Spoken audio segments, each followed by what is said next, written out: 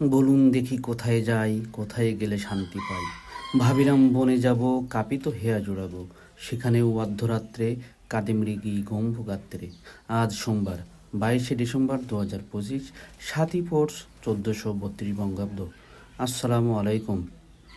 মানুষ সুখ শান্তি খোঁজার আশায় শহর থেকে গ্রামে, গ্রাম থেকে শহরে ছুটে বেড়ায়, কিন্তু সুখ নাই খুঁজে পায়। সুখ হলো নিজের মনের কাছে।